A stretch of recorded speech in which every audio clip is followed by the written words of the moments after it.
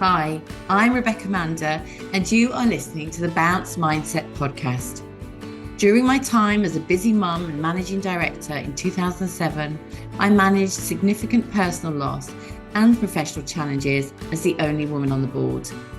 I believe we always have a choice, and that a resilient and what I call a bounce mindset is possible for anyone to develop.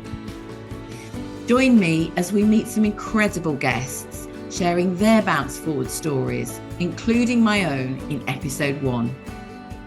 I'm so excited to have you here, and also would like to thank Grow Radio Production and Stephen Bedell for Dragonfly, my very own theme tune. Enjoy. Hi, and welcome to the Bounce Mindset podcast. My name is Rebecca Mander, and I'm the founder of GuruYou Coaching. And I'm delighted that you're here to join me today for a very unique podcast because I don't have a guest. Why don't I have a guest? Because I'm naturally very disorganized and haven't arranged one this week. So you will be listening to my voice, but I am answering also to a request from one of my LinkedIn followers. A few weeks ago, actually months probably, I did a post on the ability of breath to bring us back into the now, to reduce stress and anxiety. And they asked me if I would do a podcast on this with some tips and tools and techniques to help you when you're feeling stressed. And that's exactly what I'm going to do today. Because as we bounce forward in our careers or our lives, quite often we get derailed. And it's really good to have ourselves something to bring us back into the here and now. So that's what I'm going to be looking at today. A word of warning, we will be doing some relaxation or mindfulness or meditation, whatever word you like to call it, exercises. And so if you're listening to this while you're driving, I really recommend that you switch off and listen to it another time. If you're running, well, good luck. It might slow your pace down, but however you're joining me today, you are so welcome. Thank you so much for joining us.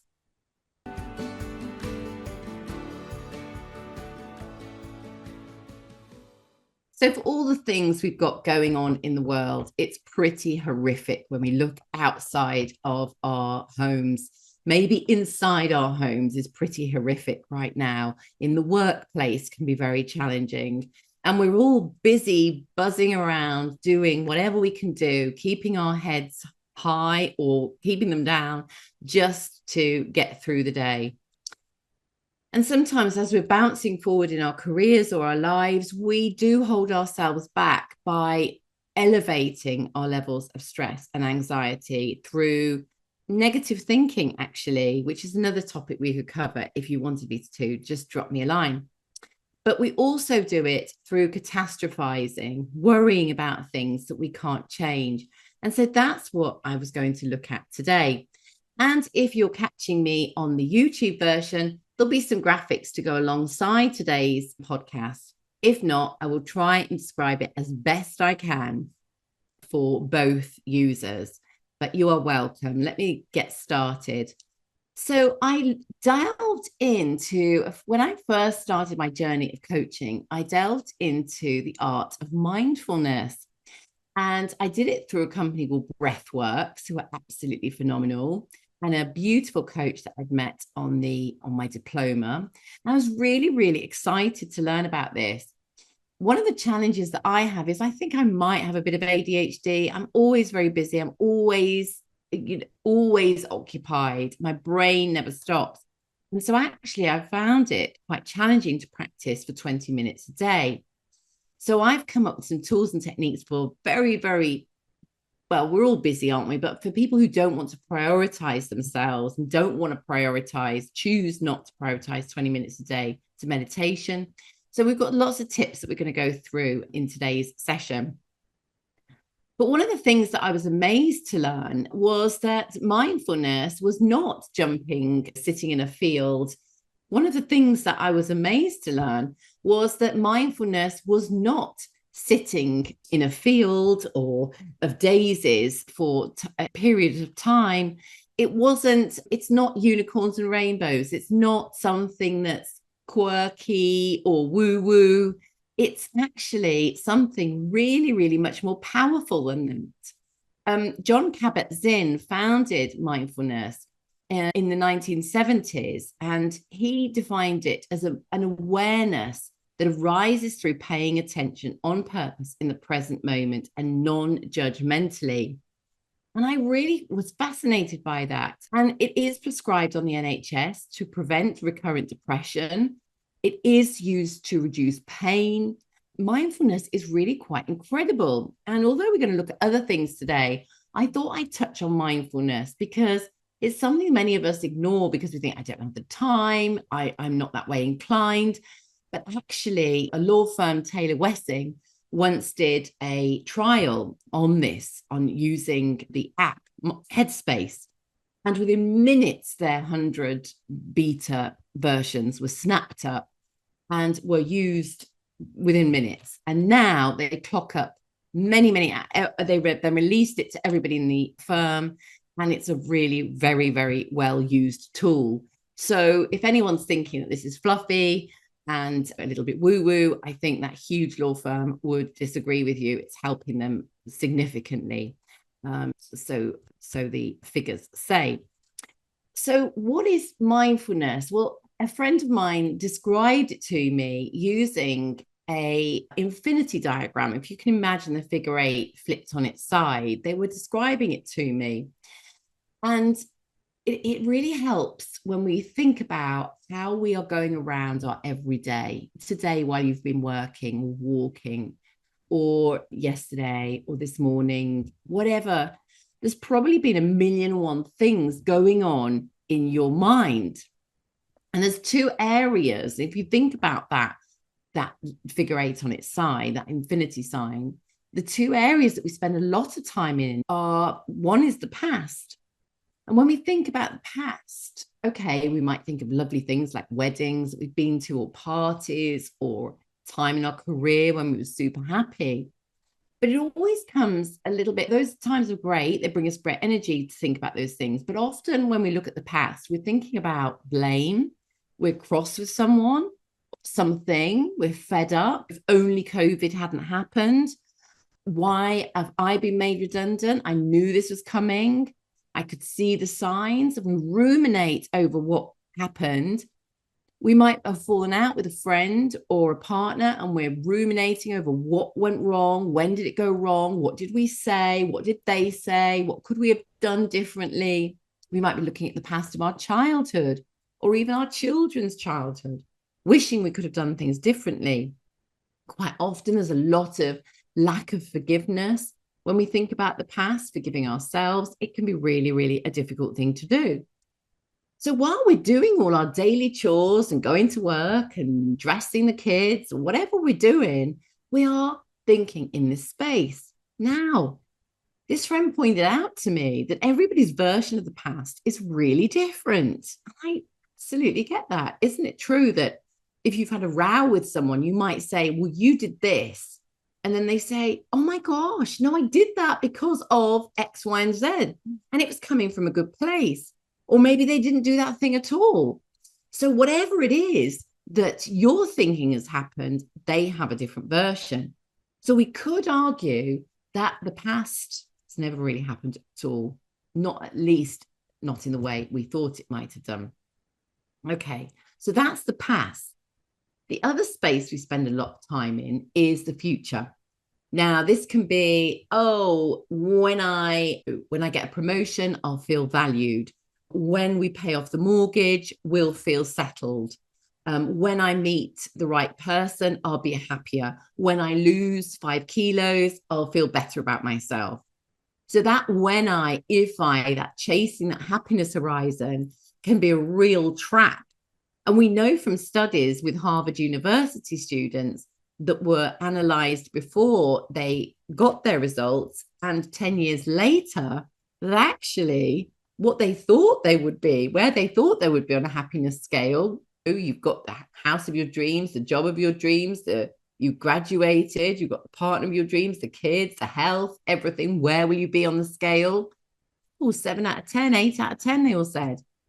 course, the researchers came back to them 10 years later, and that wasn't the case. They were like fives and sixes because other stuff was happening. So chasing that happiness horizon can be quite futile. Also, in the same way that the past can lead to, when we think about negative things in the past, that can make us quite depressed, thinking about the future, overly thinking about the future, can lead to anxiety.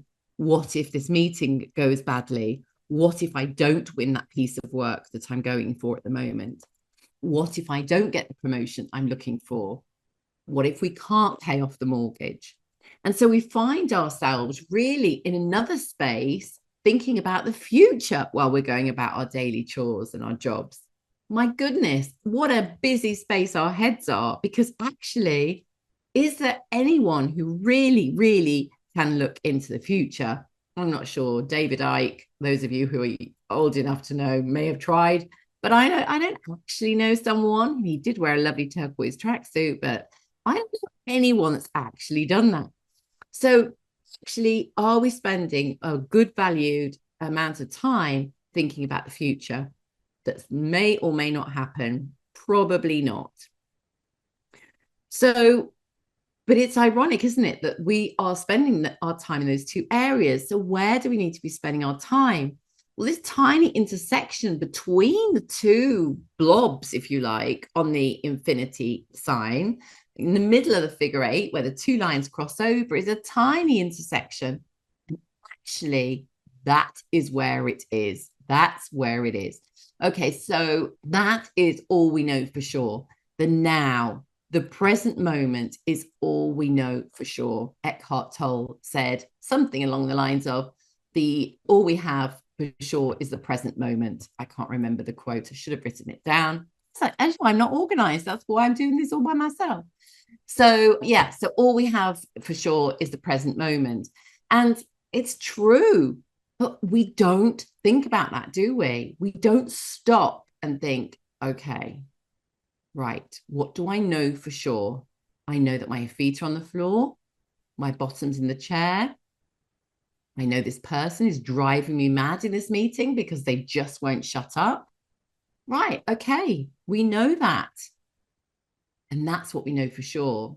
And so when we start catastrophizing or worrying about a conversation that's gone badly or a relationship that's going wrong, and we go over and over and over it in our minds, we're actually not serving ourselves, because we're telling ourselves a plethora, a myriad, I was trying to think of two different words, of stories that can really tie us in a knot, a bit like the figure eight can if you pull it tight.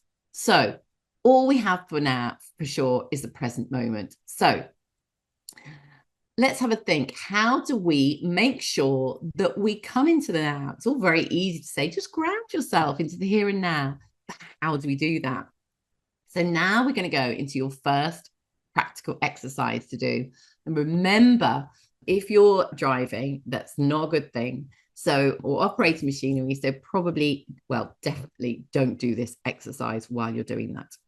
If you're running, absolutely, you can crack on with this exercise. No eyes are needed to close, but maybe you're running or working out or walking and you're thinking about something else. So I just want to demonstrate how this works. First of all, what we're going to do, and usually for a mindfulness exercise, and you won't be doing this in the future, but is to think about something that's been irritating you today. Okay, so just think about something that's irritating you. And where does that sit in your body? Where are you feeling that the most, perhaps? Maybe what is happening physically when you think about that thing. Okay, right.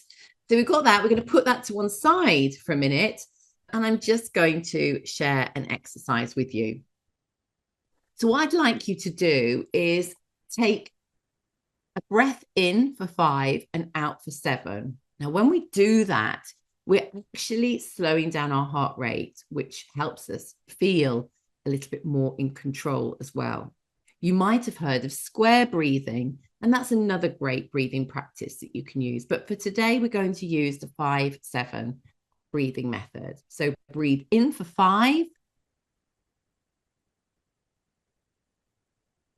and out.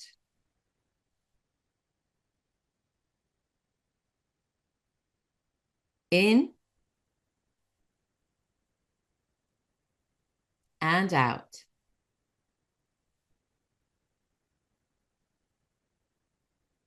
Okay, keep breathing as relaxed as you like for now while I'm just talking you through this exercise. What I'd like you to do is think of 5 things that you can see. So just look around you and find 5 things that you can see.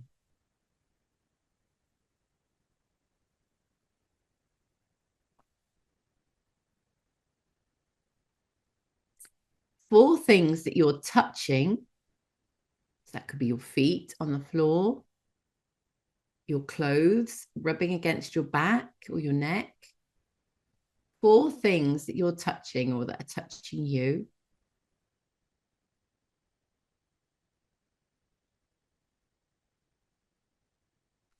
Brilliant. 3 things that you can hear.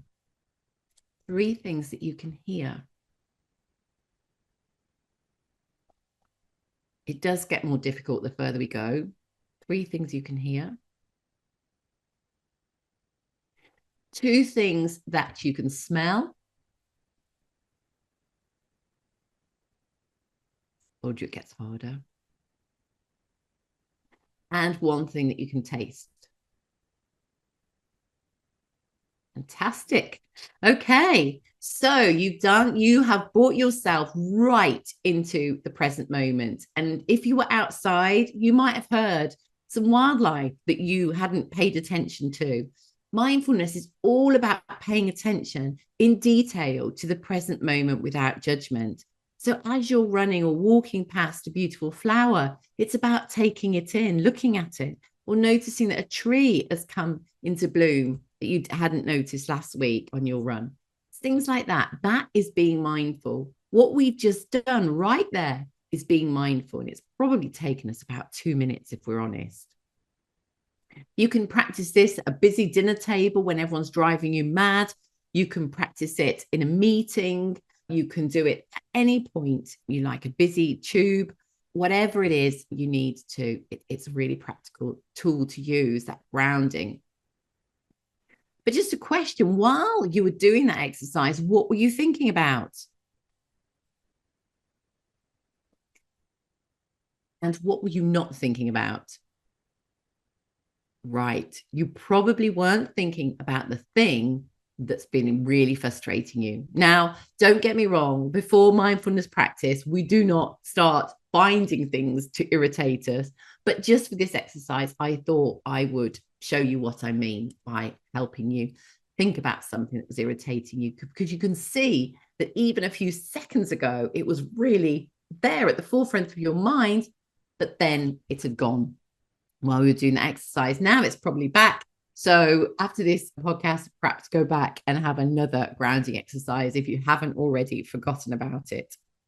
Okay, so we've done that lovely exercise together.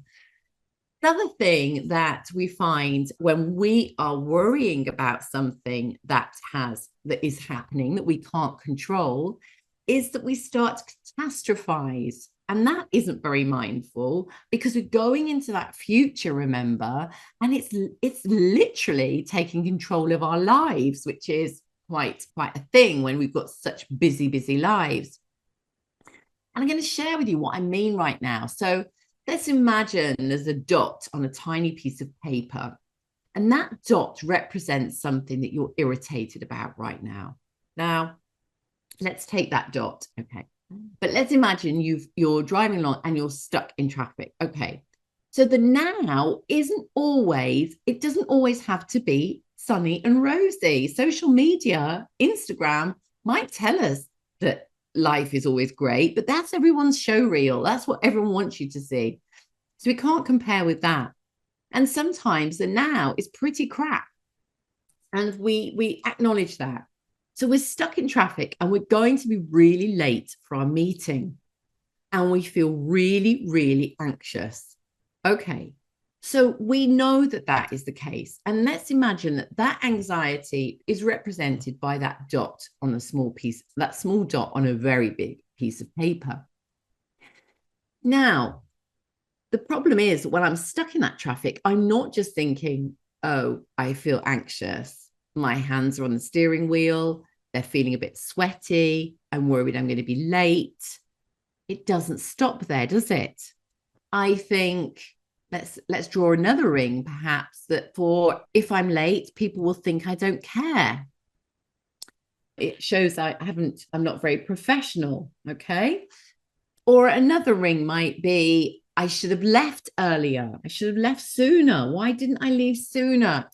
And then we beat ourselves up. If I was more organized, I'd have been on time. If I really am so disorganized, you can see that I am that as well. So there we go. They won't book me again because I'm late, and they will think I'm really inappropriate and unprofessional. And if they don't book me again, they might talk about me to somebody else and say, well, it was a great talk, but Rebecca was half an hour late, or 20 minutes late. So we're really not going to use her again. And that might encourage the other people to not want to book me for an event. Now, before I know it, my piece of paper is full of rings. And that's now what I'm carrying in my head while I'm stuck in the traffic jam. The thing is, if we think about the now and what we know for sure in the way we were doing earlier, we don't know for sure that I'm going to be bad-mouthed about being late by somebody else. We don't know they won't book me again. They might have been really empathetic and really kind, and they might have been impressed by the level of contact I had with them while I was in the traffic, or the fact that I'd set some work beforehand so they could get started. We don't know that they won't book me again. We don't know that I should have been more organized and left earlier. If I'd have left earlier, I might have been in a car accident. There's so much we don't know. We don't know that they think I won't care.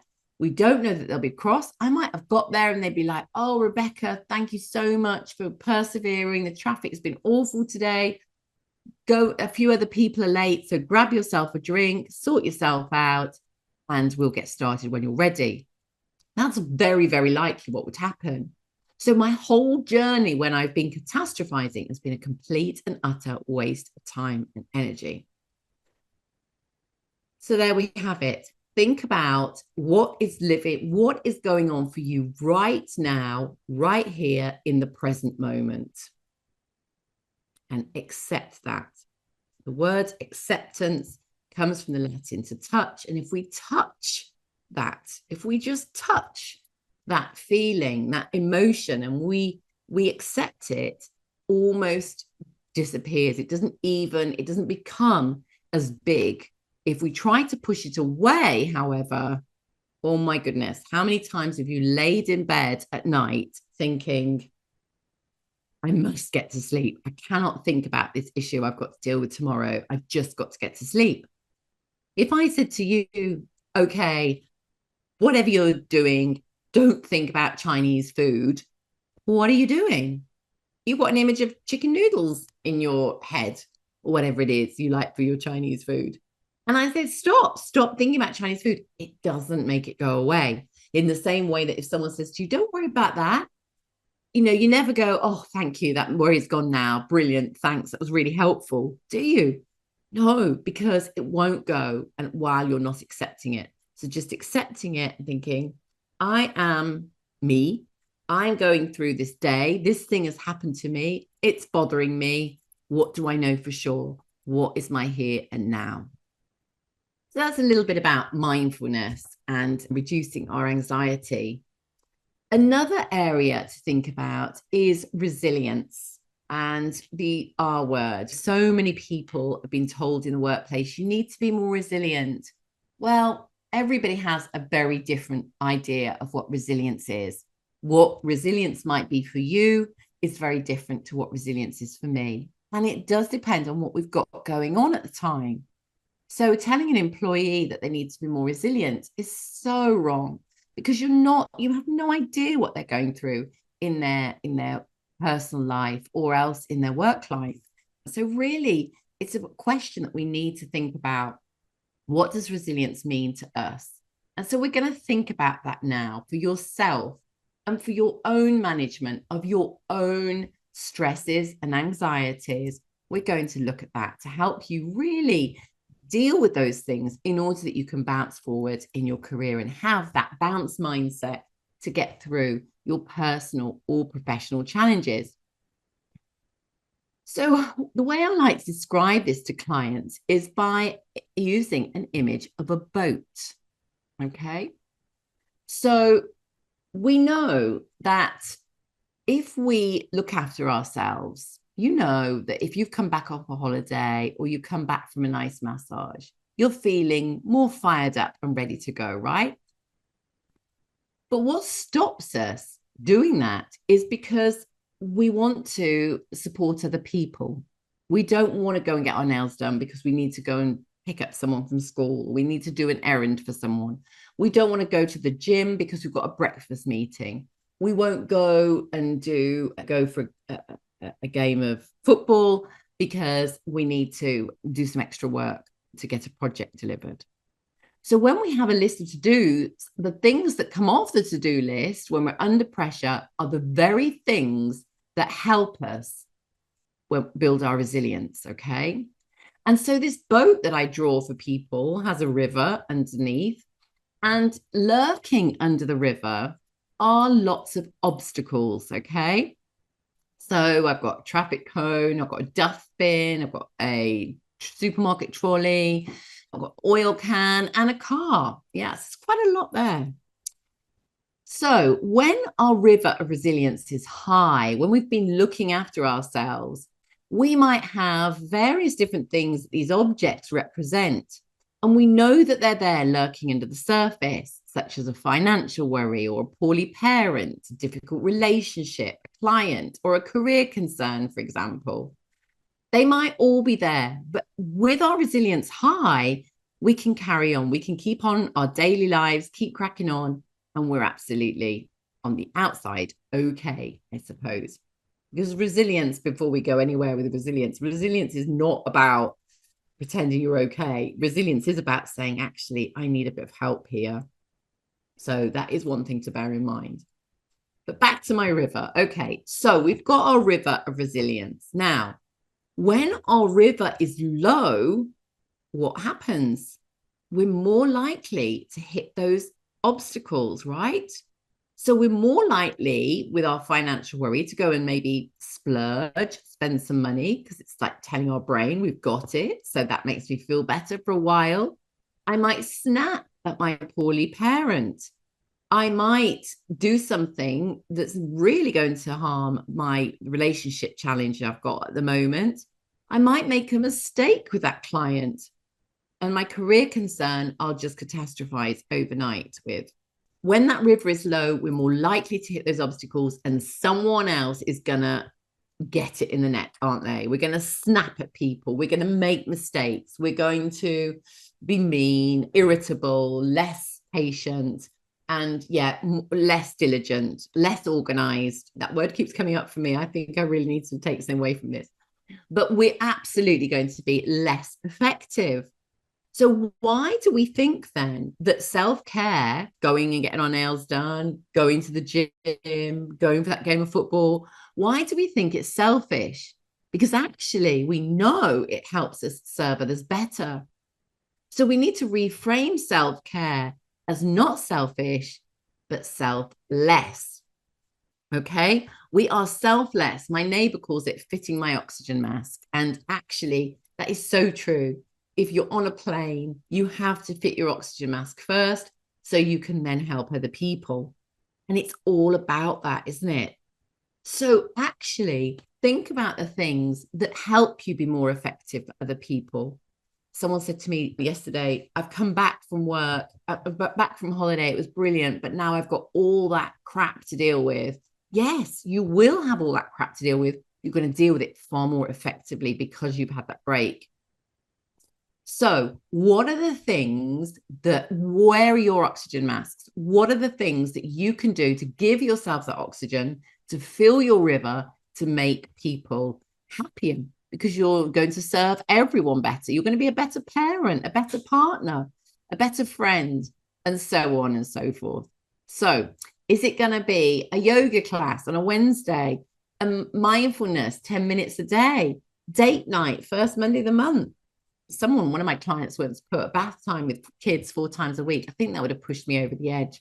But anyway, for them, it was very nurturing, positive experience. So yeah, what is it? Create your own list. What is the list that you're going to use that's going to help you breathe more easily, that's going to help your river flow and help your boat float and keep going rather than coming to ground and sinking, which is actually what happens if we don't look after ourselves. It's what I find with a lot of clients, that it leads to burnout. So they say, oh, it's fine, I can keep going, it's no problem. And before they know it, they're in hospital, having had a significant health setback.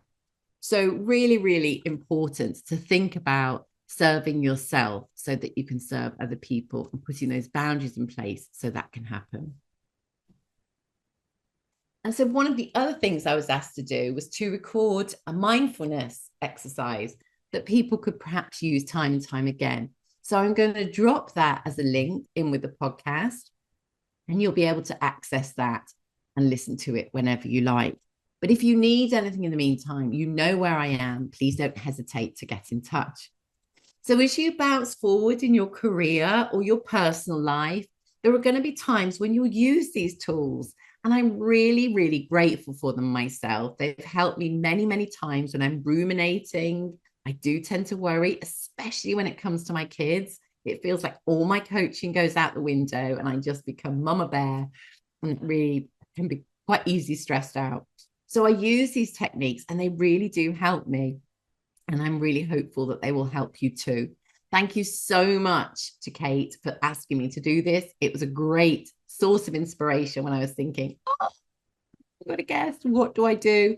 I'd be really interested to know what you think as the listener. Are you thinking, actually, this is really good, I'd like more bounce mindset tips? Or are you thinking, please get on another guest, Rebecca? That was really not what I needed. Please let me know. I'd be delighted to hear from you, and really wish you all the best in your bounce mindset journey. Thank you so much for joining me. Take care. Bye-bye. Thank you for listening to the Bounce Mindset podcast. If you would like a coach in your pocket with free regular hints and tips to help you bounce forward in your career or personal life, then please feel free to go to the Bounce Mindset podcast show notes. And don't forget to leave a review for us. Thank you. Bye.